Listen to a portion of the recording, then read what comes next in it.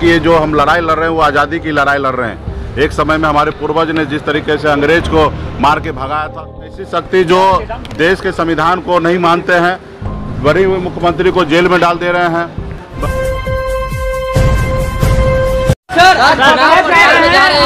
चुनावी सभा को संबोधित करेंगे।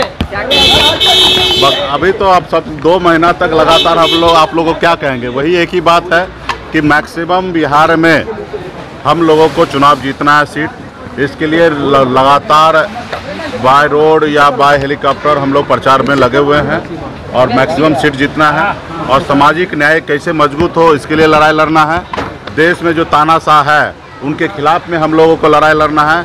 हम मानते हैं कि ये जो हम लड़ाई लड़ रहे हैं वो आज़ादी की लड़ाई लड़ रहे हैं। एक समय में हमारे पूर्वज ने जिस तरीके से अंग्रेज को मार के भगाया था, देश को आज़ाद कराया, उसी तरीके से आज मुझे लगता है कि देश में ऐसे जो लोग बैठे हैं जो 5 किलो चावल गांव में गरीब को देकर उसको लगता है कि यही विकास है।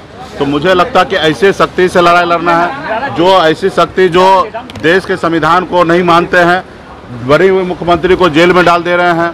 बहुत सारे पॉलिटिकल पार्टी को ख़त्म कर दिया जा रहा है। आज देखिए कि किस तरीके से चुनाव का समय है और कांग्रेस पार्टी का बैंक अकाउंट को सीज कर दिया गया है। अब बताइए कि लोकतंत्र में 20% लोग उनको वोट करते हैं, इतनी बड़ी पार्टी है और वो पार्टी को किस तरीके से परेशान किया जा रहा है। और इसी तरीके से सारे लोगों को कर रहे हैं। आज जो हम लड़ाई लड़ रहे हैं, आरक्षण की मांग कर रहे थे, उन्होंने देखा कि पूरे बिहार में निषाद समाज जो है लाखों करोड़ों के संख्या में हाथ में गंगा जल लेकर संकल्प लिया, 1% भी उनका वैल्यू नहीं किया, उनका सम्मान नहीं किया कि वो एक बार बुलाते कि आइए सहनी जी क्या बात है, आपका समस्या को हम दूर करेंगे। उन्होंने मान लिया कि नहीं, इनकी पार्टी को ख़त्म कर देना है और इनकी बात को नहीं मानना है। तो बताइए कि देश के प्रधानमंत्री हैं, उनको हर गरीब का, हर युवा का समस्या को दूर करना है। उन्होंने कहा था कि हर साल हम 2 करोड़ युवा को रोजगार देंगे, नौकरी देंगे। कहाँ है वो नौकरी?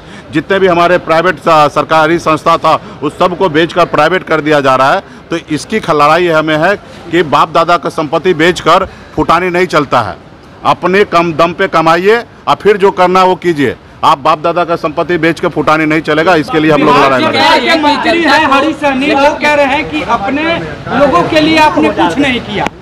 ठीक है, देखिए वो हमारे समाज का भाई है, बेटा है और आप सबको पता है कि निषाद क्रांति जो हमने लाया, वो जो मशाल जलाया, उसी का देना है हरीश सहनी जी। हम टिकट बांटते हैं, वो टिकट मांगते हैं, तो यही फर्क है। और रहा कि हमको क्या करना है वो हम उस रास्ते पे काम कर रहे हैं। बहुत